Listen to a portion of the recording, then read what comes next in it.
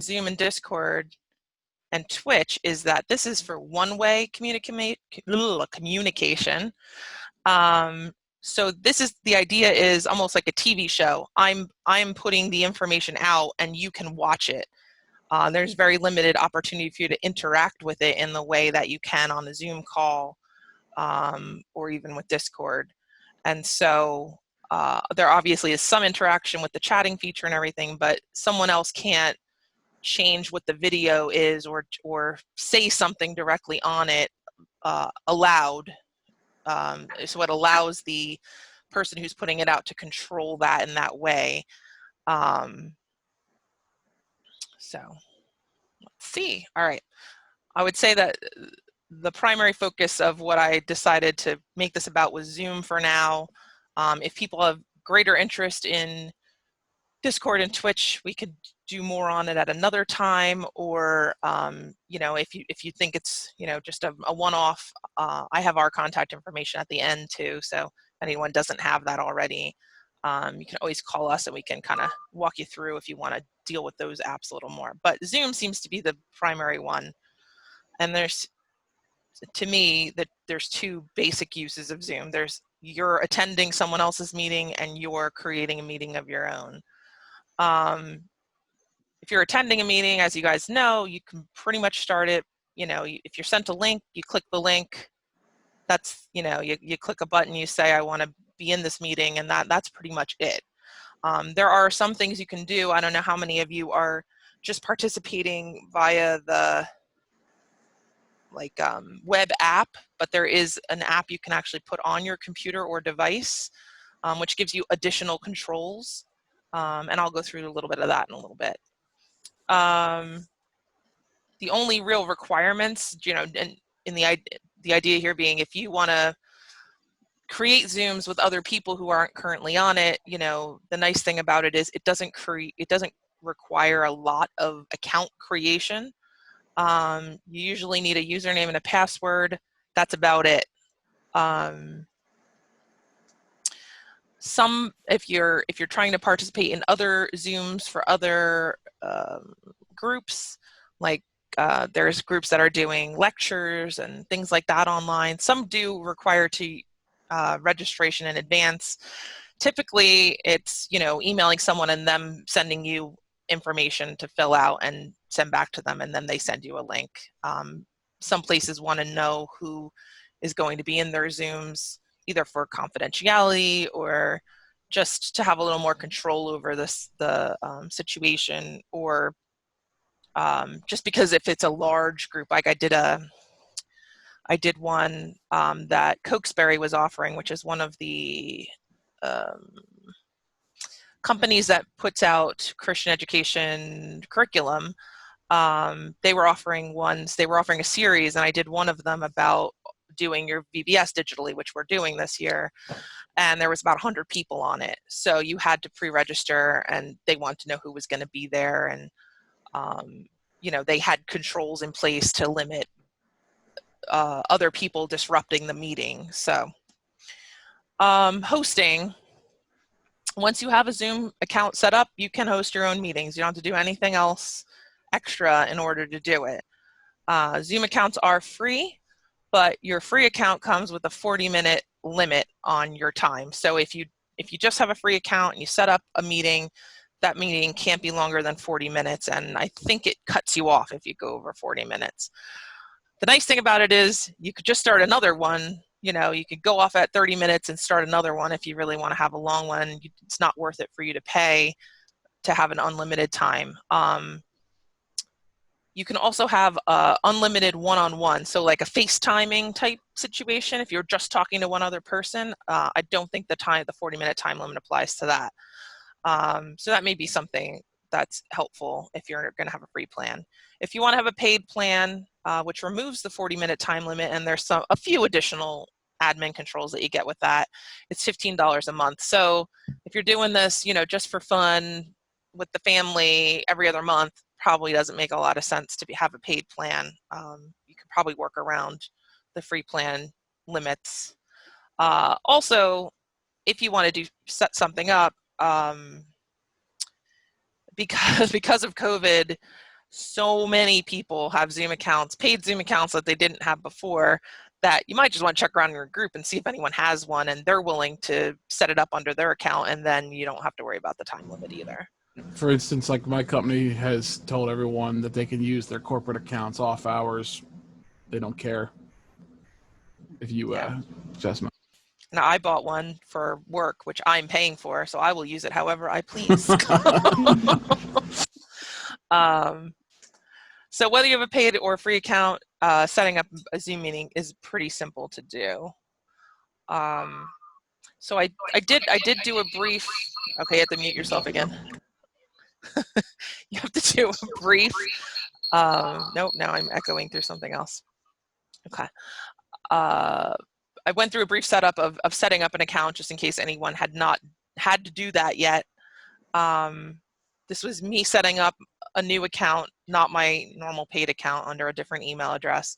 So the first thing it asked me was to confirm my date of birth. Had to put in any email address, hit sign up, and then it sent me an email with a link.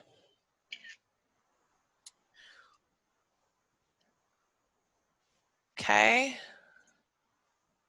So they sent me an email. This is my email. I clicked the activation link.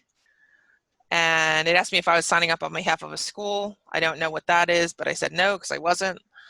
And then I didn't, there we go. And then once I clicked the link, this is what it brought me to. So then I filled in my, my contact information and my password. I actually did this screenshot so you guys could see what the password requirements are, because that's a pain in the neck sometimes, especially when you have to create a bunch of different accounts and you don't know, was this the one where I needed a capital letter or whatever? This is theirs. So I created my password. I hit continue.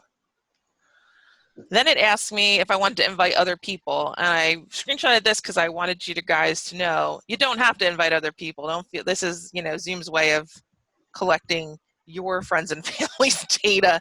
There's no need to do that. You click the I'm not a robot button, and you click the skip this step button, even though it looks like you can't, and you move on. At least that's what I did. And then you're ready to start your first meeting. So they actually have you test a meeting. This is at the very end of the thing, so you can start a meeting. I did that, no problems. And this is where I got into the app that you can actually download onto your computer. So this is called the Zoom client, and you've probably noticed if you click a link that you've been sent, that it opens up a web browser, and then this screen pops up and it says, do you want to open the Zoom client? So if you're getting that and you're clicking open Zoom meetings and everything's working, you've already got this installed on your computer. You don't have to do anything else. If not, it's something that you can, download and install, and it may even be required now. I think when we first started all this, you could do it right through your web browser, but now I'm not even sure you can open a meeting just in your web browser. I think you pretty much have to get this. So probably everyone has it, but just in case you didn't, that's something that's out there. And just in case you weren't aware, it's something that's on your computer that you can get to even without another Zoom, someone else's Zoom link. It will be, in your programs and apps, like from your start menu or whatever you use on a Mac. That's the equivalent of that. Okay, so install the Zoom client, open the Zoom meeting. This is the bottom link is where you can download it from if you don't have it. And then you see this screen, which you guys have, I'm sure, all seen, where it's asking you, do you want to join with your computer audio? Or that's simply that you want to use your computer's audio to hear and communicate. Zoom has the ability for to integrate phone calls as well. And I'm not sure that this is highly useful for anyone, but if you do have someone who doesn't have a computer or smartphone, they can connect to Zoom by calling in a number, just like an old, we're going to have a conference call type setup. You call in on a number, you put in a passcode, And you basically will hear and be able to talk to just through the phone. Obviously, you won't have any video. But that's all that this is saying, is that, you know, you want to join this by your computer's audio. Excuse me. Okay. So then once you've done that, you're in the Zoom meeting. You know, I got out of it, I went back, and I went through setting up a meeting. So this is what my app looks like when I open it up on my computer. Now I'm not in the web browser anymore. I'm just in the Zoom client that's on my computer. And, you know, it saves your password and everything. So once you've signed it in once, you don't have to keep doing it.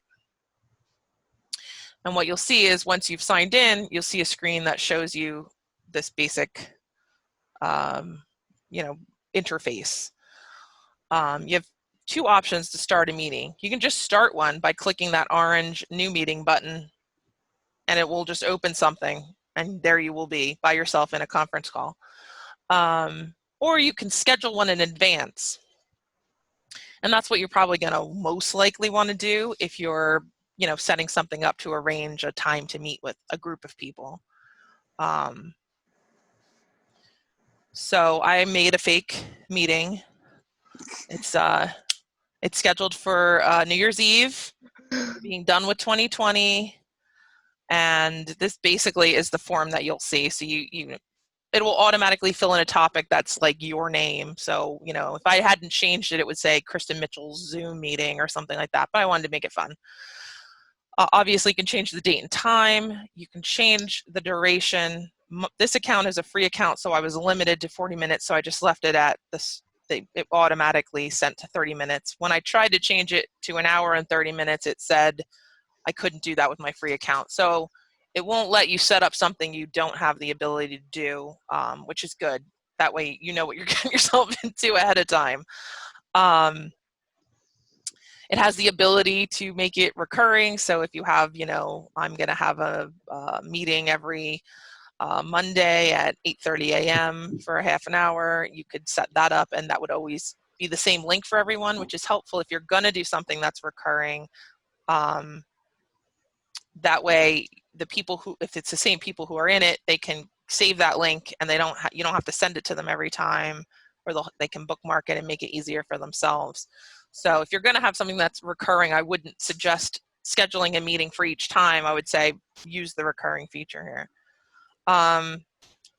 You have two options for your meeting ID. You can just generate one, which means it will just generate one for this particular meeting that you're scheduling, or series of meetings if you're happening to use the recurring meeting feature. Or you can just use your personal ID, which means if you do that, it's always the same. So your personal ID is always the same. It's essentially what we're doing with the churches. One is using the same link over and over again, so that the link's almost always the same for our various different meetings that we're having. Zoom now requires that you put in a password. So, you know, you have to put in something. It doesn't have, I don't think it has any specific requirements about what constitutes a password. You can make it whatever you want. And then you have some options to select in advance. You can change these video options later, but this will basically mean what will happen when you start the meeting. So most of the time, it seems to be the standard that everyone's video is to off. And then when you sign into the meeting, it says, turn my video on, I want to communicate with the sound. But you can set that to be, you don't have to have it that way. You can set it to be automatically on when people come on. You may not want to do that because they may not be expecting it, but that is Surprise. an option. Surprise, you're on the camera and you didn't know. And then finally, the calendar section is Zoom automatically integrates with, if you're using Outlook, which you probably aren't using unless you're doing this as a work thing, or Google Calendar, which is nice if people have Gmail and they have a Google Calendar. It will automatically save it to your Google Calendar if you click on those. If you click other calendars, it won't automatically send it to any calendar, and it'll just be in your Zoom client where you can go and get it and email it to people. And then finally, the little advanced options is usually smaller, but I clicked it down so you could see it. Enable waiting room means that instead of people automatically coming into the conference when they click in, they would be in their own separate thing until the host admitted them. This is useful if you are doing, especially if you're like, I'm not thinking of a casual reason, but if you're a business and let's say you're doing back-to-back meetings and you're giving out this, you're going to be in the meeting all day, but you're meeting with 6 different people back to back to back, and you don't want one person to come in on the end of the other person's meeting. You could use waiting room for that, and then that person, even if they signed in 15 minutes earlier, wouldn't show up in your conference all of a sudden. They would be waiting in the waiting room until you let them in. A lot of bigger organizations that are doing larger meetings will use the waiting room just to make sure that they're letting in the people that are supposed to be there. The second option is enable join before host. That's the one I usually use. That means that, like today, Karen was the host. If Karen didn't log in or didn't log in until 10 minutes after we were supposed to start, everyone else could still already be in the meeting. And so those waiting room, enable, join before host options are kind of the opposites of each other. You kind of can't have both. It's either one or the other. Although you could, I guess you could not have either too. I don't know what would happen then. I guess everyone will be waiting until the host joined, but they wouldn't have to admit them. I haven't tried to do that. I haven't needed that. Everyone gets a square that comes up that says waiting for host and the scheduled start time of the meeting. It's no big deal. Yeah. So that's a possibility too, if you don't want anyone to start saying anything before you get there, which I could see, I could see me using that. I don't like anyone talking about me when I'm not here. You can choose the option to mute participants upon entry, which can be handy, especially once again in a large group. If people are going to be popping in late and you're starting, maybe you don't want, them talking to their computer because they're not understanding why it's taking them so long to connect, and now they're talking over the conference or whatever. And then Zoom also has a recording feature. You can record your meeting. I haven't found a whole lot of use for this yet either, but I think if you're a business and you're making a record of it, it makes sense. Or some people are using a recording of their Zoom. I think Karen's even done it to then post later, like they did the contemplative photography. And so she made a recording of it so that people who couldn't come to the meeting could then watch it later and see, get the information, see the pictures and all that stuff if they wanted to. You can start recording during the meeting too, but this would be basically to set it up to automatically record it as soon as you started it. So those are the basic options. Once you've done that, now you need to be able to invite people to your meeting, or you're going to be really lonely. So once you click OK, it would pop up with this screen that says your meeting has been scheduled, and it gives you the whole information. There's a button right at the bottom there that lets you copy that information right to your computer clipboard. So if you click copy to clipboard, you go into your email and you type in the 6 people you want to invite into your email, and then paste this into the email. This whole block of text will go automatically. Depending on your email client, the link might even become a link all on its own. So that's, kind of the simple way. Sometimes you set up the meeting and you don't know who you're going to invite, or you add other people later. So there also is a way to go into your meeting and get the invitation again so you can copy it and email it to others. And you do this by clicking on, when you go back, once you're back into your Zoom client, you click on the meetings tab, which I've put a little arrow over, green arrow over, and you'll see this is my only meeting, but you'll see my meeting is highlighted, and I could click on this copy invitation button, and it will do the same exact thing, that copy it to my clipboard so I could paste it into, whether it be an email, whether it be a Word document, because I was creating a flyer for the event, however you wanted to do it. One of the helpful tips is sometimes this is this includes all of the information that you would need. I think I made mine. Oops, what just happened? Clicked on something. There we go. I think I made mine only computer, but if you were having phone too, if you were having the option of having people call in by phone, there would be a series of call-in numbers, and the passcode and all of that stuff would be in this thing. One of the tips is you don't need all that other text. The only thing you actually need if everyone's connecting by a computer is the URL, which is the section that comes after the words join Zoom meeting, and I've highlighted it with a green box. So if, it's meeting time and so-and-so says, I need the link, you don't have to copy and paste this entire thing. You can go in there and just copy and paste this URL. That's all they need. The meeting ID and the passcode are embedded in the URL. So people only need those if, well, we had an experience with our URL being broken, but other than that, they only need it if they're trying to enter the meeting without the URL. Otherwise, it's all embedded in there. You don't have to worry about it. Okay. And then don't forget to go to your meeting. So you can start your own meeting if you've scheduled it by going to the meetings tab and clicking the start button. You don't have to wait until 11:59 on New Year's Eve to start this meeting. I could start it right now if I wanted to. Obviously, it would only last 40 minutes because I have free Zoom, but there's nothing to stop me from starting it ahead of time. So if you're the host and you're ready to start, you want to get in there before everyone else gets there, you can go ahead and do that. You don't have to wait for the time to come.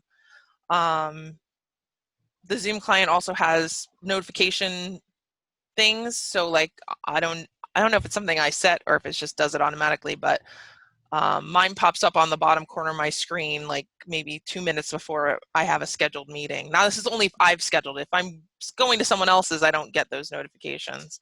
And that has a little start button in it too. So there's a few other ways you can do it, but this is, how you do it if you want to force it yourself. And there's the start button. You also get an email notification if other people come into your meeting before you've gotten there. So let's say, what'd you say? You had to unmute. So you get it if they're waiting for you. Basically, it tells you there's people waiting in you. So if you've scheduled the meeting and, Bobby Sue signs in 15 minutes ahead of time, you're going to get an email that says there's people have joined your meeting. And if you open the email, it'll tell you who it is too. So that can be helpful. It's also, if you happen to be at your email, also a great reminder that you're supposed to go to the meeting. Okay. So then I just wanted to run through, that's the basics of, opening a Zoom, starting a Zoom meeting. I also want to just go through some of the features in case there's anything that people didn't know was there or how to find it. Nearly all of your Zoom features can be found in the bottom bar along the bottom of your window. And you may not see that all the time, but if you hover your mouse over that bottom, it should pop up and you should see what's at the bottom of the screen here. The mute, the video button, a bunch of buttons in the middle, and the end meeting button on the right. Oops, that didn't work with my things. Okay. So the mute and video controls on the left side can be your quick things for turning your video on and off, turning your mute on and off. So if you have something going on in the background or whatever, you want to mute yourself, just clicking on that will work. If you click the little caret that's next to the mute, you'll get a pop-up screen. And this is where you can change your settings. So but when I did this screenshot, I had multiple headsets plugged in probably to the same computer. So I could change where the sound was coming out or where the sound was going in, if I wanted to use a different setup of devices. If you only have one device plugged in, this should be what you're using. Although if your computer has onboard speakers or whatever, you might have the option of, if you have a headset on, you might have the speakers playing the sound instead of the headset speakers. You have a lot of things you can do with that, but typically, if you have, if you only have either your speakers or, if you're using a laptop, it's probably everything's on board, so you're just not going to have a lot of extra options. So that's the sound settings, and then in the same way, the video settings are also like that. So if you click the little caret next to video, you'll get a little pop-up. So if you had, in this case, I'm using a desktop computer, I only have a USB camera. So if I plug this camera into my laptop, I could change between the onboard camera and the USB camera if I wanted to. This is also where you can set your virtual background if anyone hasn't played around with that yet. That's a fun feature. So the virtual background can mask what's going on behind you. It works best, the better webcam you have, the better it's going to work. Because essentially what it's doing is, without a green screen, it's making a green screen behind you. So it's trying to figure out where you are and block out everything else. When you click on the virtual background, you'll basically see a thing of your own screen and then the options. Right now, none is checked. So this is me without a virtual background. But then I checked the one that looks like some kind of eclipse or something, and now I've got the expanded. You can see it completely blocked out the room behind me, and that particular one did a pretty good job for me. I found that when I'm not wearing the headset, it works better. The headset really kind of throws the virtual background off. It doesn't know what to do with this space here, and sometimes you kind of see a little bit of your background like through the holes. But it can be handy. It is nice if you don't want people to see the stuff that's behind you, or just for fun. And then you can always turn it back off by going back to that none too. That's a fairly simple thing if you're tired of it or you don't need it. The middle, so that's the left side of the sort of toolbar at the bottom. The middle of the toolbar has all of your sort of meeting shortcuts for things you might want to use during the meeting. It has the participant list, it has the chat feature, and it has the ability to share your screen, as well as the record button and the reactions, which I didn't really cover. Those are kind of self-explanatory. The participants can be really handy. That's, if you click on that, it's going to show up on the right side of your screen. This allows you to invite people. I'm sorry, it's kind of small, but to invite people if you need to invite people while your meeting's going on. So let's say you get on your meeting and you say, oh, Joe's not here, we need to send Joe an invite. You can click this invite, open the participant screen, and there's an invite button at the bottom, and you're going to have an option. If you have contacts saved in your thing, you can do it. But you have an option here to copy your invitation again, and you can just email it or text it to whoever you need to do. Okay. So now I've invited Ben to my meeting because some things didn't work with just me in there, but he's in the waiting room because I had a waiting room enabled. So this is what it looks like too. That's also where you see the waiting room, is on your participant screen. So there'll be a box and it'll say someone's waiting. And if you want to admit them, you hover your mouse over them, you'll get this option. You can admit them or you can remove them if they're not supposed to be there. You can not admit them. So I've admitted Ben, and now he and I were in this meeting together, and you can see that on the participant side, it's, it has both of our names. I would actually be able to, I could turn his video off and I could mute him from this participant screen too. So if you have someone that's not behaving, you probably can kick them off too. I Yeah, didn't try and do that, but you absolutely can as the host. so if someone does come into your meeting that doesn't belong there, or if someone's misbehaving, you can try and minimize the effect on the rest of your meeting. So let's see. Okay. In addition to the participants, there's a chat feature. This can be handy, especially in a large meeting. Sometimes they'll take questions by chat, or people will, if there's mostly a presentation going on that's not as interactive, or you're not, someone's showing a video or something, you might be able to you can use the chat feature to communicate during that without interrupting the video. So you click the chat button at the bottom to see the chat video, and if you have participants open, it's going to show up at the bottom half of that, so it kind of splits it between participants and chat. Here you can send a chat to everyone, so if you just click everyone, it'll show up and everyone will see it. You can also send a private chat, so I can send a message just to Ben, but what you should be aware of is that your private chat's not really truly private. The host can see every chat. So it's really not a place to be talking about, especially the host. But if you need to share information with the host directly or some other person and you don't mind the host having that information, then you can use the private feature too.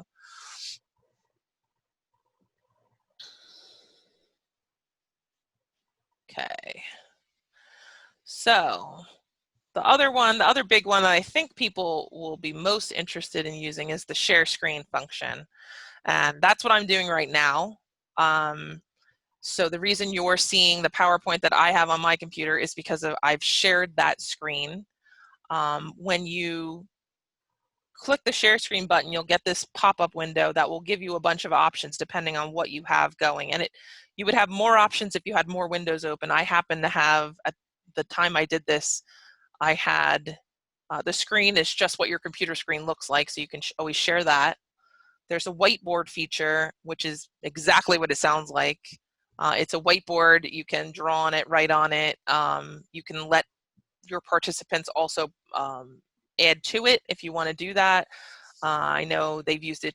We've used it during youth group and Sunday school, sort of let the kids, play with this feature.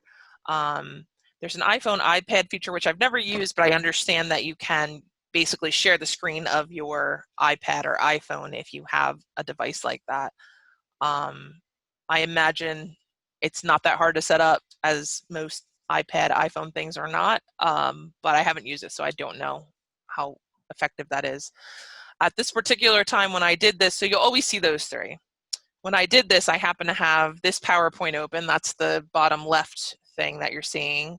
I had a Sunday school Excel sheet opened. I was working on my list of addresses for Sunday school, and then I opened a Chrome browser video, and I searched for YouTube videos of baby cats because I was looking for something to share that people would care about. So when I share, all my participants get minimized and put over on the side of my screen. And there's a few options in that where you can sort of change the way that shows by clicking in that window and changing your features. But essentially you'll have this little window over to the side that'll have all your participants. At this point, it was just me again. It's this very sad conference call where I'm just by myself looking at baby kittens. But and then whatever whatever screen you've shared, this is what people will see. This was a video. I only took a screenshot of it, but if you were showing a video, you would see the video playing. And you can also share the sound. So that's a separate feature. So when you're picking things, you can click at the bottom of the white one to the left here where you're seeing the screens you're picking. There's an option that says share computer sound. So if you're showing a video with sound, you want to click that too, so they also hear what you're sharing. And then when you're ready to stop sharing, This is when I first started using Zoom, this was the thing I was always like fumbling to find. It'll be at the top of your share screen, wherever your share screen is. There's a thing that says stop share, and that's all you have to do. And then you go back to the normal video thing. If you also hover over where the green and red section are, you'll see some of your other share options. So if you forgot, for example, to share your sound, you can change that there too. But you can also just get out of it and do it again, whatever is easy. Let's see.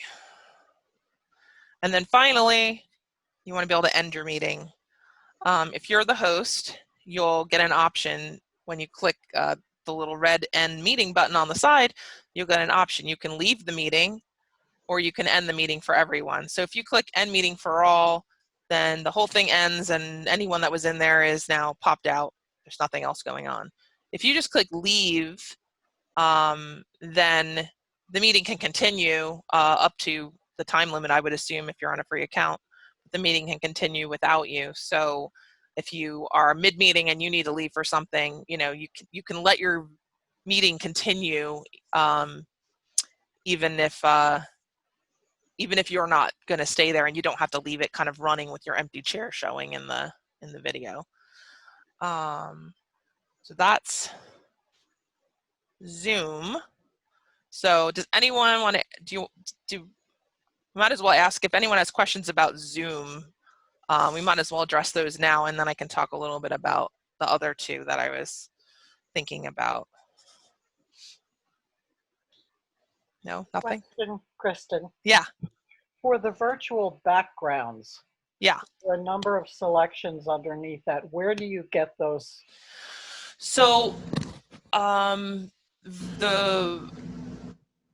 Zoom has a few of their own, like that space one that I showed you is my own, is Zoom's onboard one.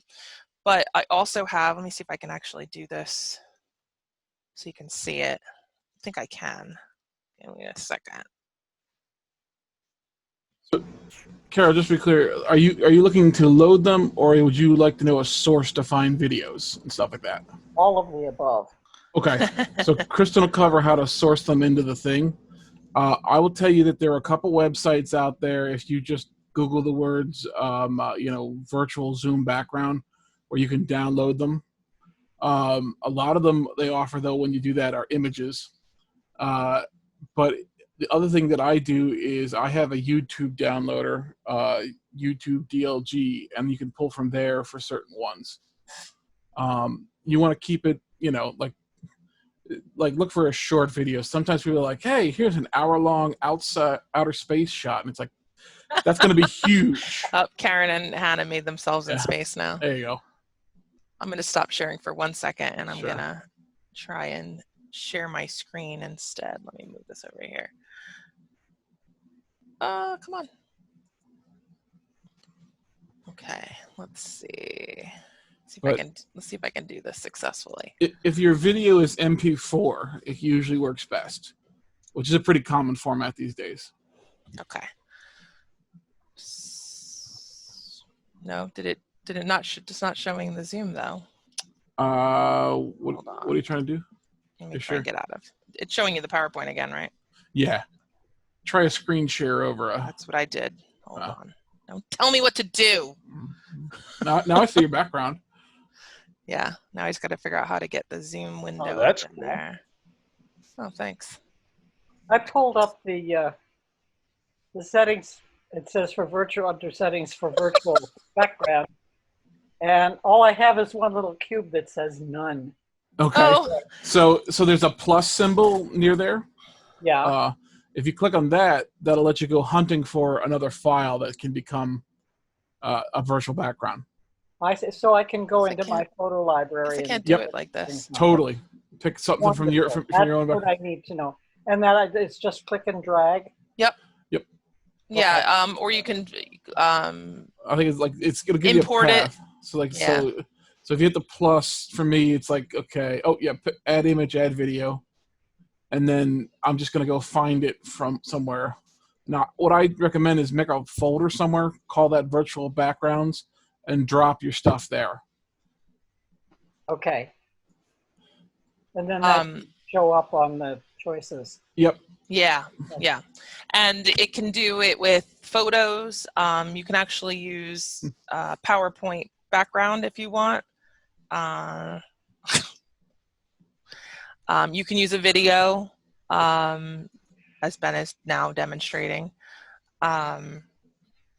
So, and you can see like from like what Karen and Hannah are doing, sometimes this like, depending on what your lighting situation is or your webcam situation is, you might have to be closer or farther from it to not have it sort of blending you into the background, like some sort of ghost. But there's a lot of options for you to play around with there. So it's, you know, see what you can do with it. This is a video, Ben's is a video that he took with his drone flying around our yard.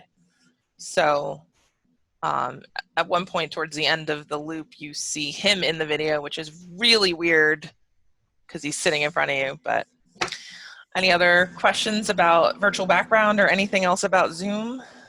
Thank you. Sure. Yes, I have a quick question. Sure. Why again was Karen and Hannah's faces distorted? Because of what? So the computer is trying to, so you can see now Karen's virtual background's only showing on her actual shirt. The computer is basically trying to figure out what's the background and what's not, and it's doing its best guess based on color and how far away it is from the camera. And it's essentially a virtual green screen. So if you put a green screen up behind you, and you wore a green shirt, you would appear disembodied because the green shirt would pick up the same thing as the green screen, and it would look like your head was just floating. I am wearing a green dress. So. Right. Nice look, Mom. If you, yeah, I mean, that's a pretty cool look. If you Google like weatherman fails, you'll probably find things where people wore the wrong color, because that's how they do the weather. You know, they're standing in front of a blank screen and pointing towards, you know, here's Texas or whatever. And if they wear the color that's too close to whatever their background screen is, then it looks like their clothing is also the weather map.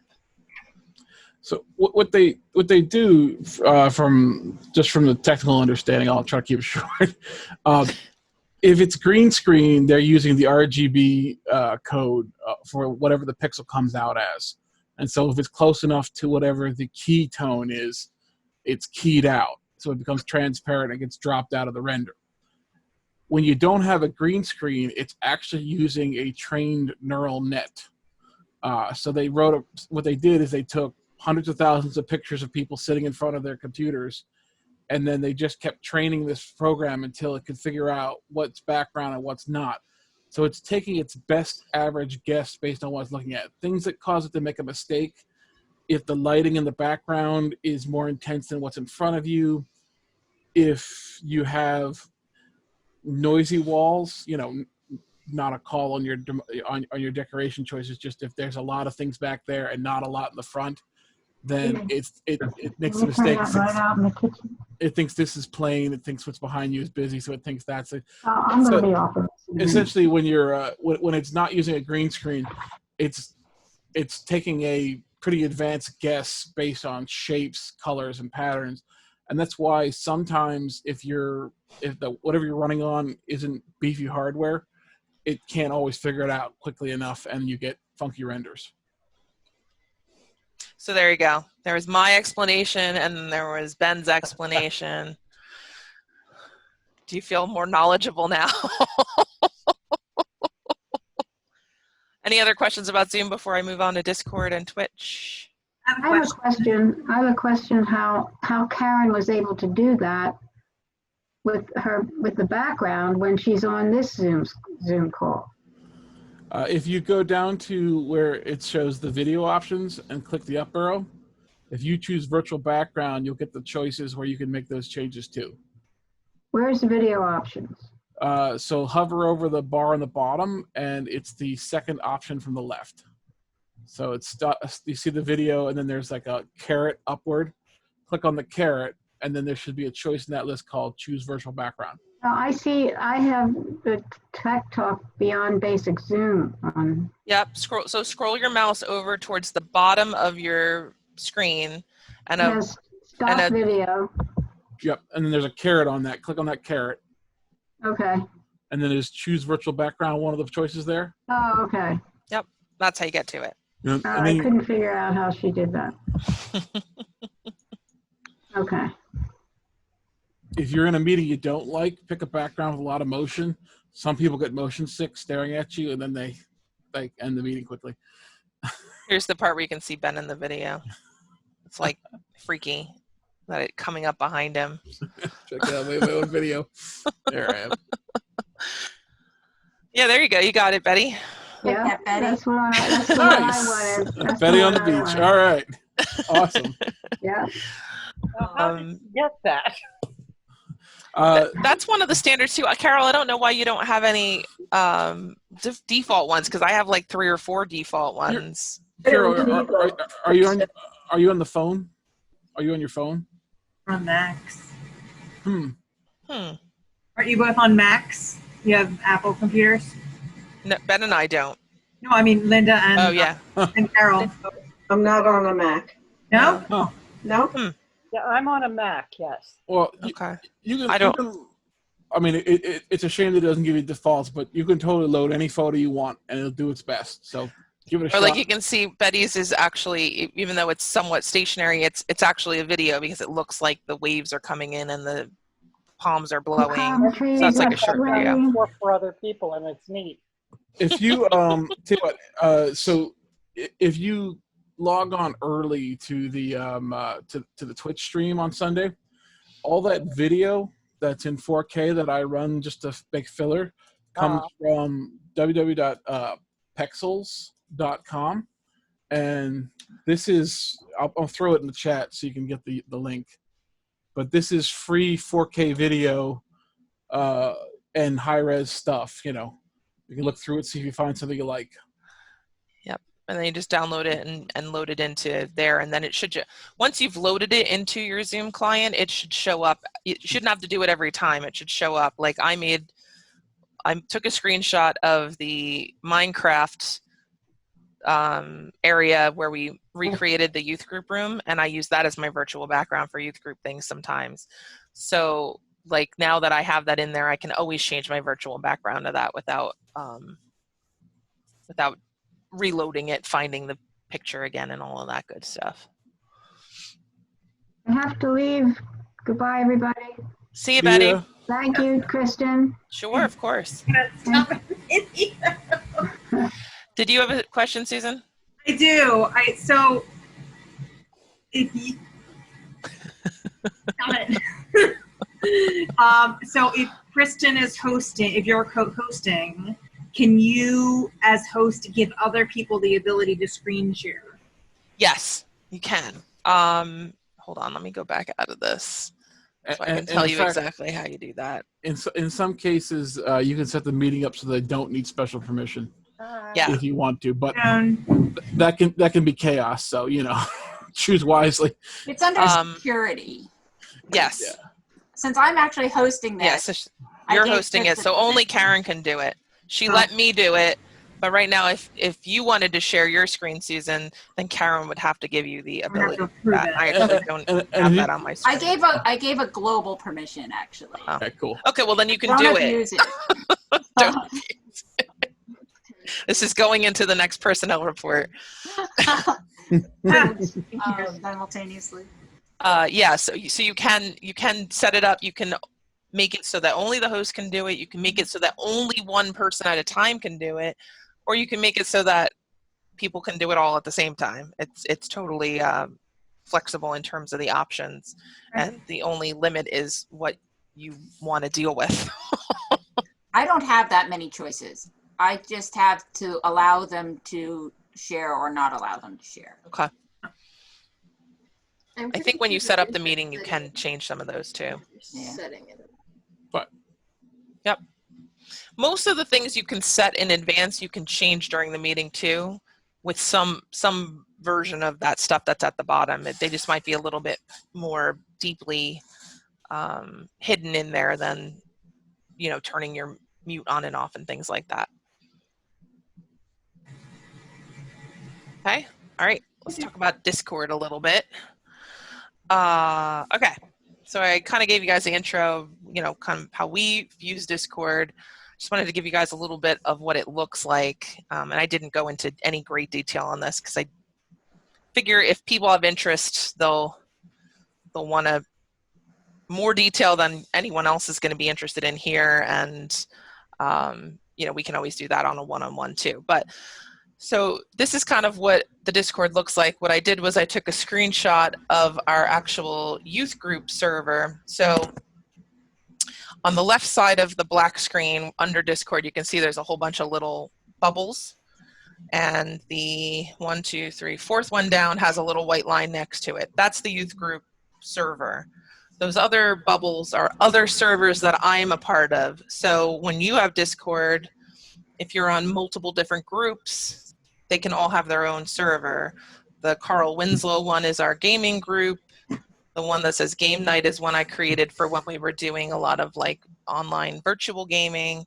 LMB is my family group where I just had my parents and my sister and brother-in-law and his parents on it, sort of an introduction for all of them to Discord. And so it was a place where they could do that without worrying about who else they were looking silly in front of. And the top one is actually a murder mystery one. My sister did a murder mystery online and we used Discord for it. So that was just for that event and she never deleted it, so it's still sitting there. But when you are in Discord, what you basically see is you have text channels and voice channels. And so these are different channels within the server that you can be in. So let's say you had 16 people on your server and 8 of them were playing Minecraft and 8 of them were doing something else and only the Minecraft people wanted to talk to the Minecraft people. You could then use a different voice channel for that. So we have a voice channel for Minecraft. We had a voice channel that's for the youth group leaders that the kids can't even see. They can tell when we're in there somehow. I don't know how they know that, but I think Colin just senses it in the air. He knows there's youth group leaders around. We can see them. We can see it, but if we hover, but it has a lock next to it, and if we hover over it, it has a red circle with a line through it. But just like with any other voice channel, we can still see like your little pictures and your names. Oh, okay. Okay. I didn't know you could do that. That's interesting. But anyway, we created that so that if we needed to talk, you know, and we could just use the same server and we didn't have to worry about anyone popping in or out on us. And then the text channels work the same way. You can have text channels. I actually took a screenshot of our one that was just for the youth leaders, which is marked adults. Just because I wanted you to see what it was, but essentially, you know, it's just an ongoing chat that continues on. We were sharing, I don't remember why I was sharing pictures of Kalula, but you know, you can share pictures, you can text, you can send a link if you want to give some information or whatever. And then on the very right, you can see all the people that are on that server that were, actually, I think it's all the people that were in that text channel. No, it's just the adults. It's every participant in the thing, whether they're online or offline. That's why the 2 lists are there. But I think the list show short and only the adults because I was in the adult text channel when I took Okay, that might be. All right. So if I was in a normal text channel that everyone had access to, you'd see all the names of all the people who were on there. And you could send direct messages. You can send messages at people in a text, as like you can see at the very top of the text screen, it says Wraith, and then it says at a random guy, which is Nate, and at Lisa, and at a girl, are you interested in some Overcooked tonight? That would send me a notification because I'm a girl. That would send me a notification saying someone sent you a, you know, specifically mentioned you in a message in a text chat. One of the cool features of Discord is that it is really cross-platform. So this is a picture of the desktop version, but with the phone app installed. One time I remember we were just waiting in line for the drive-through at Dairy Queen, and we hopped on a call that was going on with Kristen's family, and it's no different from being on the computer. It just lets you. And my dad's mind was blown that we did it from our car. Where are you right now? Do you want to try and do the demonstration, or okay? Let me try stopping and sharing this. So I'm going to try and bring up my Discord on here, and Ben and I are going to kind of go through that. I guess I'll share my. Hold on. I'm going to leave the meeting. Okay. Thanks, Linda. Thank you. Thank you. See ya. Discord is here. Oh, it's still on the same spot where I left it last night. I'll use the youth group channel. I'll use the adult one, the youth group leaders one. Okay, now I got to share my screen again. And now I got to pick share computer sound. Except you're probably muted. Okay. So this is basically what I had taken a screenshot of. This is the thing we were in. As you can see down here, Ben's joined the youth group leaders chat, and so have I. And now we're both in this chat room, and we could, well, I have been muted because we sit in the same room and we're often in the same chat rooms, but I could unmute him and I would be able to hear him through here.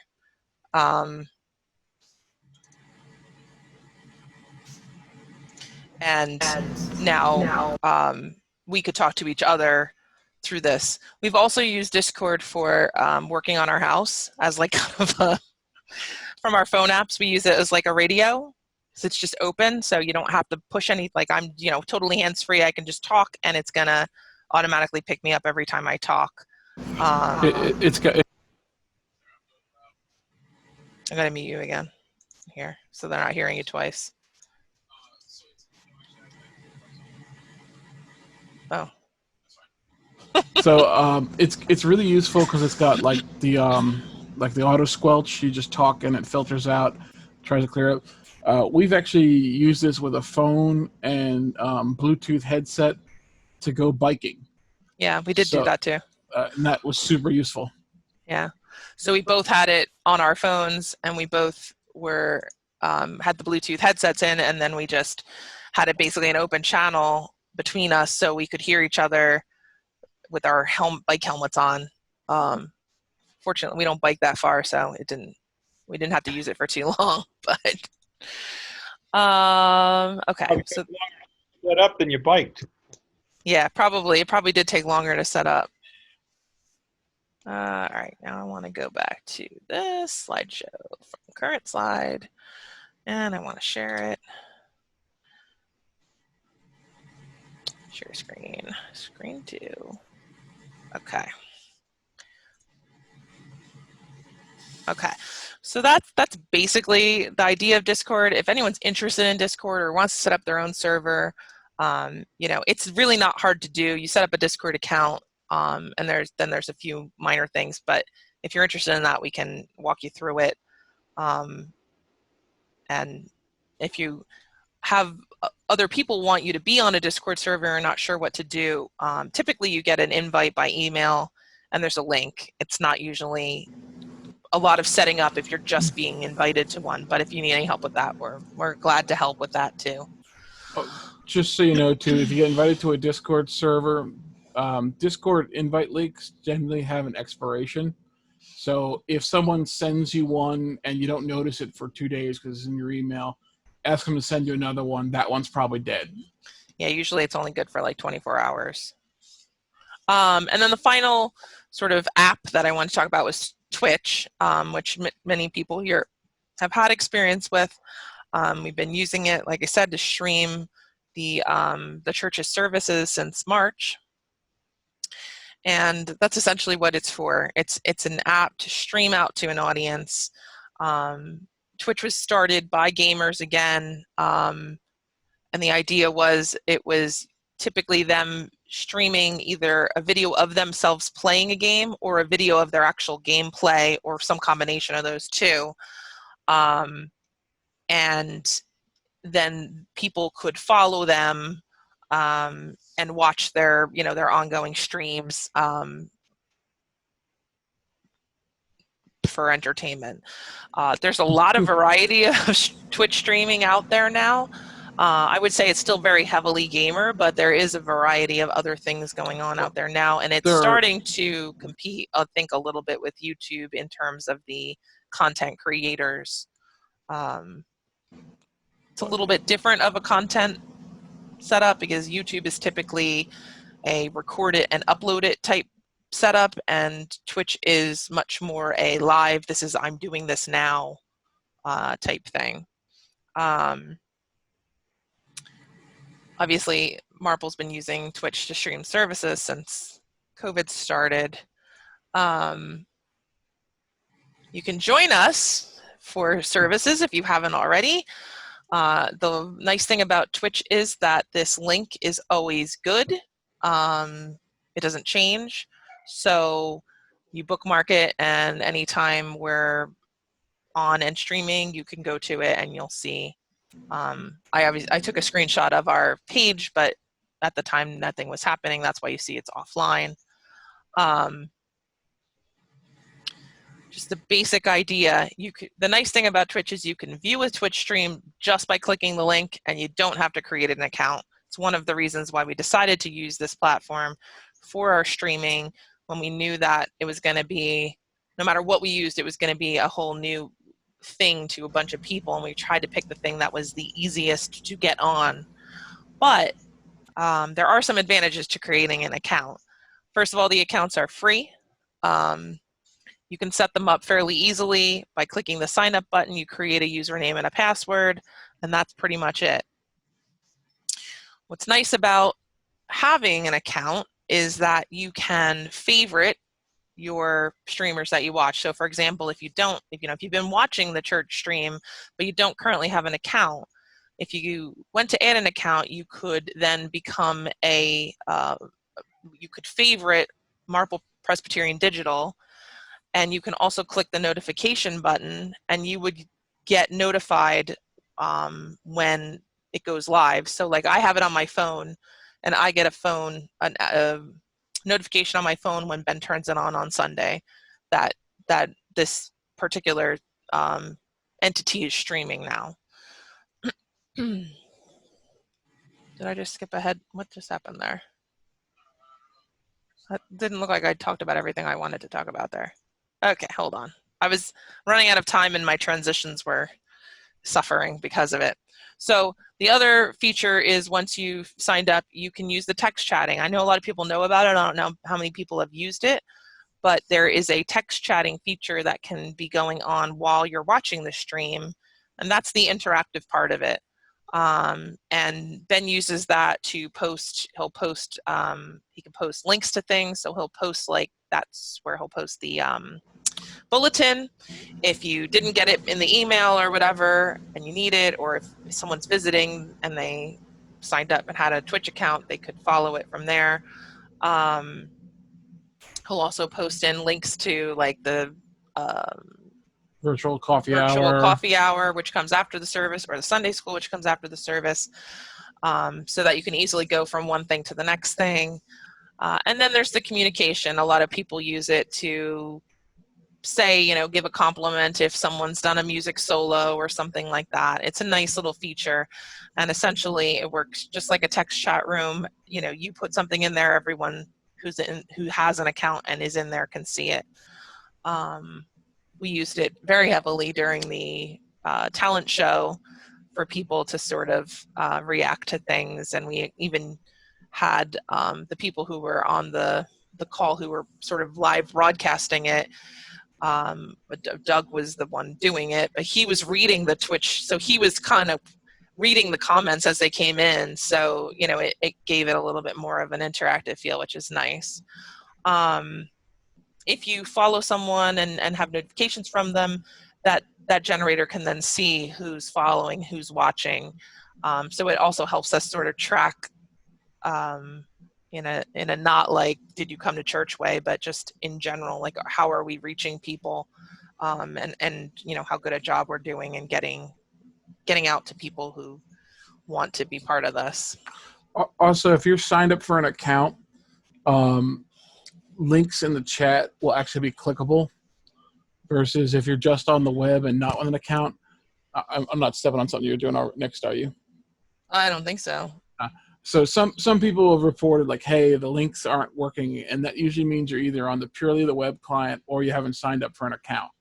And yeah, you can still copy and paste links and use them, but it's easier if you've signed up for an account and I post one there, then you can just click it and it'll actually travel away. It's a security thing where they want to know who they're pushing away and who it's gone to if you're putting links out. So once you've set up your account, you can search for Marple Presbyterian Digital. That's the name of our streaming. That's our streamer name. You click the follow button, which looks like a heart and says follow. And you can turn on notifications, which is like a little bell. And then you'll also be able to see the chat going on as well when the stream's live. I guess you can chat when that's not live, but there wouldn't be much point. There'd be no one on there. So, and then just as an aside, it wasn't one of the apps we were going to talk about, but just wanted people to know that we do have a YouTube presence as well for the church. And in addition to live streaming through Twitch, Ben also makes a recording of the content that's being streamed, and then he uploads that to YouTube, usually on Sunday. So typically by later Sunday, you would be able to get it. It's a strong caveat to what that Sunday is like. But yeah, I try to get it to that Sunday. So if you miss a service, or you just want to go back and watch a performance again or whatever, those are all options that are available to you by the YouTube page. If you have a YouTube account, you can follow Marple Presbyterian Church. Obviously, you can just search for it and watch the videos that are out there. But if you actually create an account, then you can follow it and subscribe to it and click the bell notification button there, and you would be notified when something new gets put on there too. So if you're a subscriber and getting notifications when Ben uploads, if Ben uploads this Sunday's 10:30 service at 2:00 in the afternoon, you'll get a notification. Marple Presbyterian Church just added a new video. You can also do that if you decide you like other YouTube things, and you could become like Ben and have 200 different YouTube things you're following. It's only like 380. 75% of which don't do anything anymore, but that's not 16 different woodworkers, and I've let Ben be my YouTube curator. I have a few things I'm subscribed to, the church being one of them, and everyone else is like, oh, Ben knows which people I like, and he'll say when they have a new video out, and we'll watch it together. But not everyone can be so lucky as me. So Very true. that's the basic idea. If anyone has any other questions, concerns, anything, we're more than happy to hear them, address them now. But if you think of something later, you can email us, you can call us, we're around. I have a housekeeping question. Sure. Would anybody be opposed to a recording of this session also being on our YouTube channel?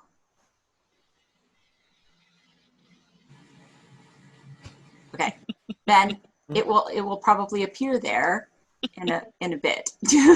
Cool. Yeah, so if anyone has anything, now or later, don't feel like you'll be bothering us. Even if it's we're not answering these questions for you. We're answering them for Ben's parents. Well, my dad's here, so my parents are already in the list. Various youth group attendees. So we're happy to do it. Even if it's left field of these three apps, feel free to contact us. I'm thinking about scheduling you guys to come and set up Zoom for me. It's already set up. No, I mean that I can host. Oh, okay. I'll work on that. It's gonna I cost stopped you taking dinner. notes. You can watch the video on our YouTube channel. Yeah, exactly. Subscribe. Smash that like button. I'd have to watch it a 1,000 times. before It's I okay. figure it We'll out. figure it out.